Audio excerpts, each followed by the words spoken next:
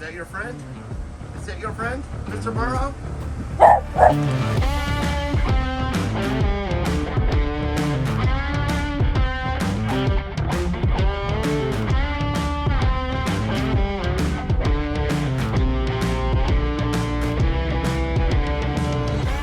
So we're at a fork in the road. We have spent the last 2 hours driving this direction, weighing the pros and cons of whether to go here or here. Well, one of them involves 8-mile hike and the other one, well, lake life, so I know what my vote is. But the other one does have some of Arizona's best swimming holes, plus we do have a permit for it tomorrow. So we're gonna settle this the best way we know how. Rock, paper, scissors, one shot. Are you ready?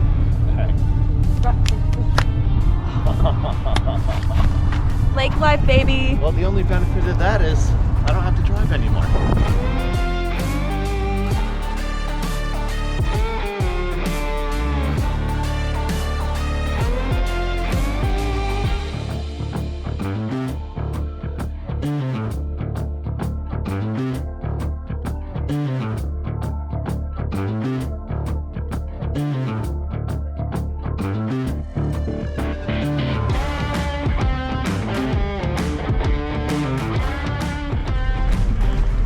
You have a hose, right? First things first is we got to get our fresh water filled, and you can actually do that here at Lake Pleasant Regional Park.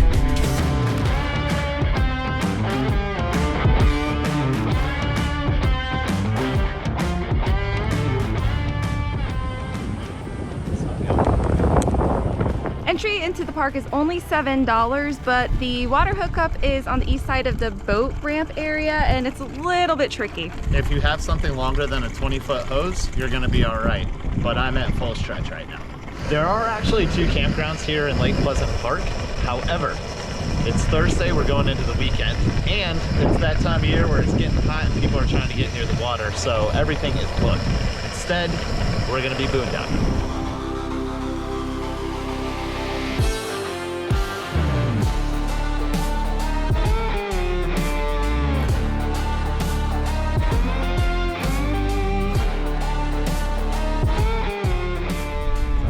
Cows? Maybe cows, and I think that's a couple of horses and burros. It's all National Geographic out here.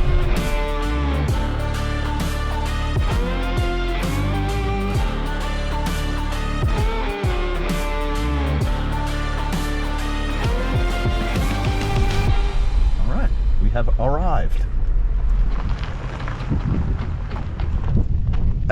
Is that the scouting mobile? Look for a good spot. You find anything? I think I went a little too far down that direction, and it's more like tent camping, pretty rough road. There's like a spot here. There's obviously a million spots right here that we could pull into, but we can keep looking. Okay.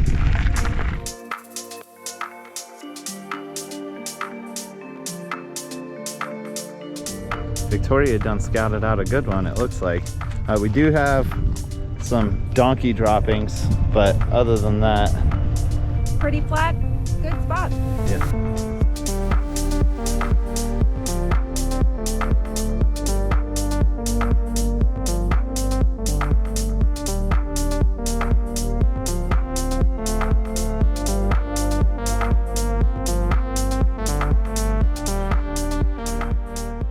Well, we got all set up and went to go turn on the generator, and we've got the dreaded red light indicator, which means no power coming out of this thing. So we've already changed the oil.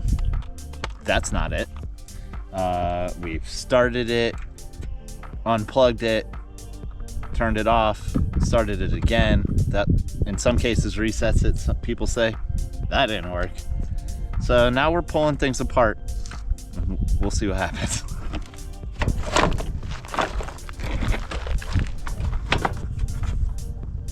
That's something. Well, we've officially pulled it all apart and looked at what we can look at, and it all looks like gibberish. So now we're on the phone with customer service. I'm not sure exactly what the next step will be after that. Well, the whole customer service thing, that's a fail because she pretty much suggested everything we had already tried. So I think because the sun's going down and it's gonna cool down a little bit, we're just gonna wing it for the night and open all the windows, and hopefully that'll work. But Might be going to buy a new generator in the morning, unfortunately.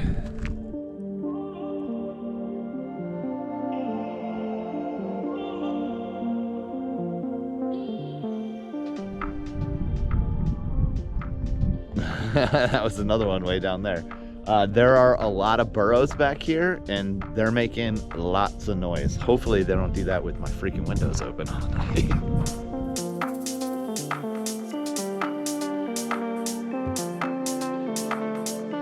Well, after a trip to Home Depot, Lowe's, Walmart, and a not real Camping World, this Craftsman generator is what we have come up with. We were a little limited on our options because, well, we have to have a generator right now and we're limited to what was in stock, but we think that this will cover all our needs, although it is slightly less powerful than the one that we have. Now, lots of people in the comments have been telling us that this is not the right kind of generator for boondocking because it is an open frame and it tends to be a lot louder, and you are not wrong and we were dumb, so don't make the same mistake we did. Get one like this. Upgrade. One thing to note is that a 3 decibel increase is actually like double the volume in sound, so that little difference makes a huge difference. Well, good news is this one is a little lighter than this one. Came with oil, even though we bought some in preparation, but obviously first thing you're going to want to do is put oil in the new generator. Oil's in, add some gas.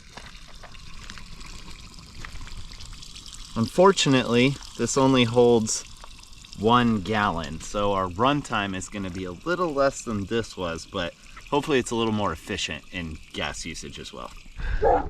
Big Tori was bent over the generator and I go, do you know that that guy's literally leaned over your shoulder? It scared me half to death. Oh my goodness. I don't know if this is a good or a bad thing, but it's definitely entertaining. No, I think people feed him a lot and they are so way too comfortable. Okay, buddy. All right, Eric, go away, buddy.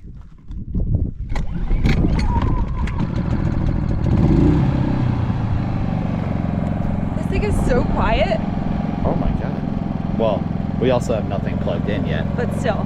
That's way quieter than that one. Wow. So we do actually need the 120 volt adapter for our 30 amp dog bone that connects to our 50 amp. We got a lot of things. That is one thing I did like about the previous Champion, is that it had a direct 30 amp RV plug, but no luck here. Okay, light's green. Well, green light is already an improvement beyond what we were doing yesterday with that one. Now to give it a test. Ooh.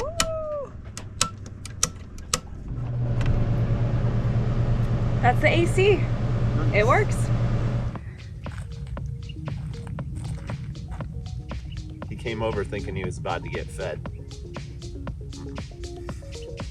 So technically, since we're not staying in the park, we were looking for another way to access Lake Pleasant, and it looks like we found one on the road back to our BLM site. One side says you definitely cannot park, and it is definitely within the park boundaries, but the other side, if I'm looking at the map right, is BLM. And we've seen other people pull up and put in like kayaks and things in the like 24 hours we've been here. So we're gonna go check that.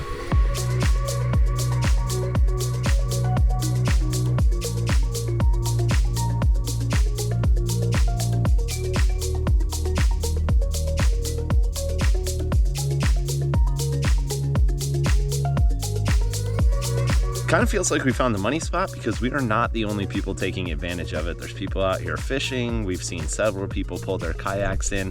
And if you're trying to find this area, it's on your way back to the BLM spot, and it's right as you cross over the bridge.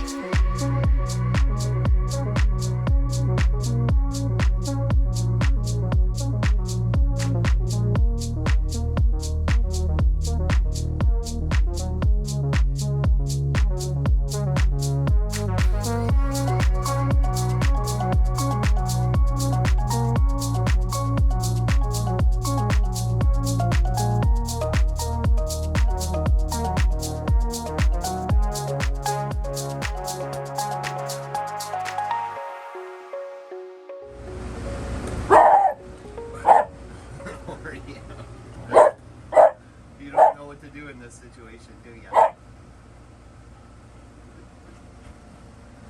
that your friend?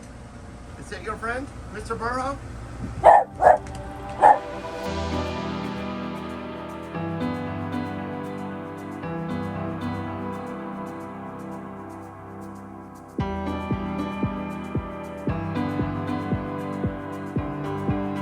Responsible drinking and paddleboarding involves bringing snacks, and ladies love sandwiches.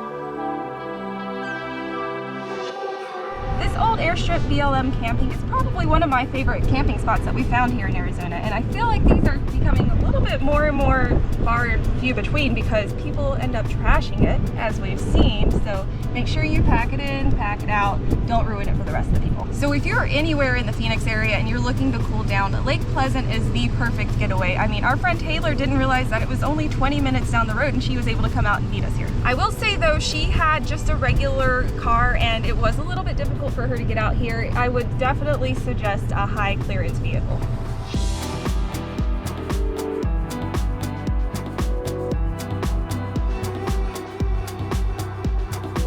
Okay, before we get out of here, did want to talk about our experience that we had using this new generator for 2 pretty hot days in the desert. As we mentioned, it is 3,300 starting watts, which was just barely enough to kick off our 1 air conditioner that we have in the RV.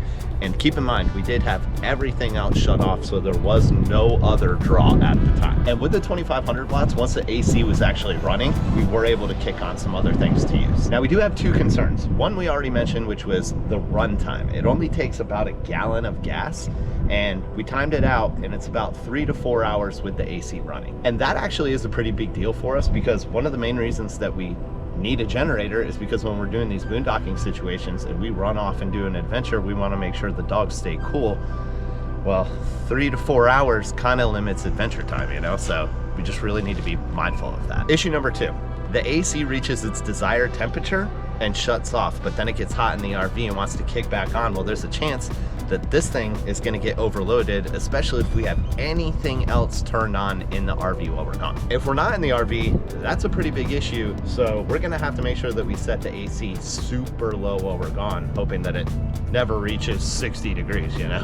One thing that we have had for a couple of years, and it does give us a peace of mind, is a waggle temperature monitor, and it'll alert our phone if the temperature is too high, if the power goes out, if the humidity is too high. So we do keep a close eye on that, but if it goes out and with this new generator, then adventure might be over. As we said, had to have it. It was a spur of the moment purchase. Had we had a little bit more time to research, we probably would have got something a little bit more powerful, but it did the job that we asked it to do, and we really love that it's a lot quieter than that open frame. So you know, so far so good. So that's about all for now, and I believe that the next time that you're gonna see us is when we're doing our European adventures. RV's not coming with, but you are, so we'll catch y'all then.